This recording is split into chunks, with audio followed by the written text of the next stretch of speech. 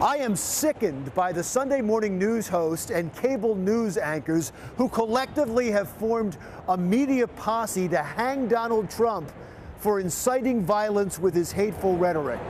Don't get me wrong, it's not that Donald Trump isn't guilty as charged. He is. But the national media news shows are his co-conspirators and just as guilty. This violent scene in Chicago is the handiwork of Donald Trump and his merry band of media members. Donald Trump is just the new lead in another reality show produced by the networks that they're more than willing to air morning, noon, and night. They love Trump because he attracts scenes just like this one that mean ratings and revenue. So when Donald Trump wishes nothing but ill will on protesters at a rally in Las Vegas.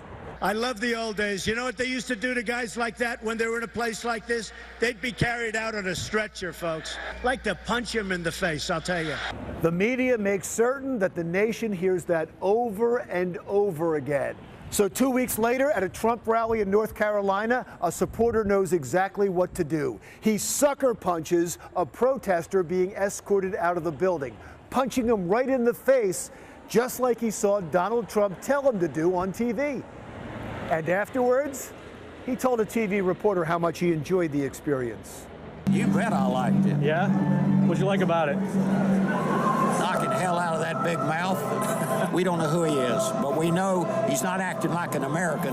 So next time we see him, we might have to kill him. The sucker puncher has been identified as John McGraw. He's 78 years old. He now faces assault charges. Here's his mugshot. Oh, he looks so sad.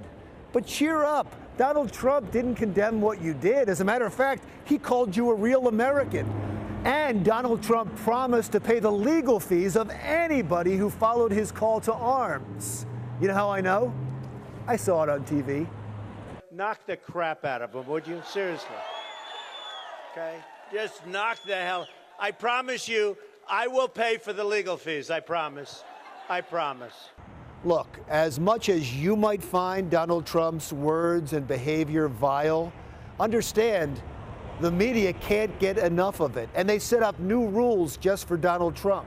If Trump calls into a morning news show, they drop everything, put him on the air, and reformat the show to fit him in. At the TV debates, the moderators would ask the most questions to Donald Trump and then ask the other candidates what they thought of what Donald Trump just said. And his rallies and speeches are the only rallies and speeches the networks will cover in their entirety.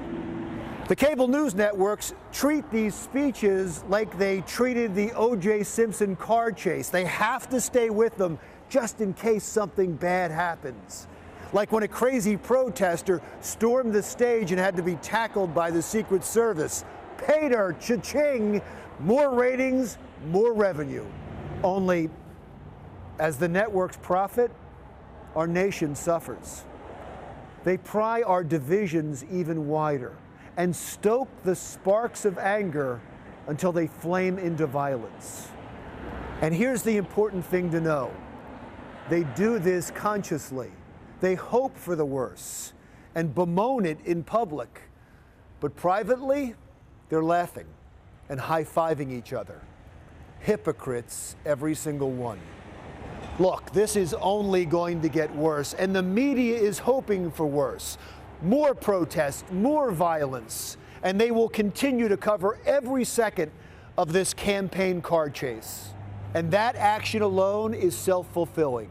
It will assure that the media satiate its dark cravings, and the cameras and the attention will attract even more crazies until something really bad happens. And when it does, the media will blame everyone else but themselves.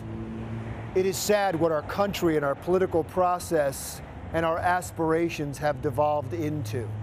But remember, culprit number one is not a person or a political party, but the person who chooses where to point the cameras. I'm Larry Menti. See you again next week. I think you'd have riots. I think you would have problems like you've never seen before. I think bad things would happen. I really do.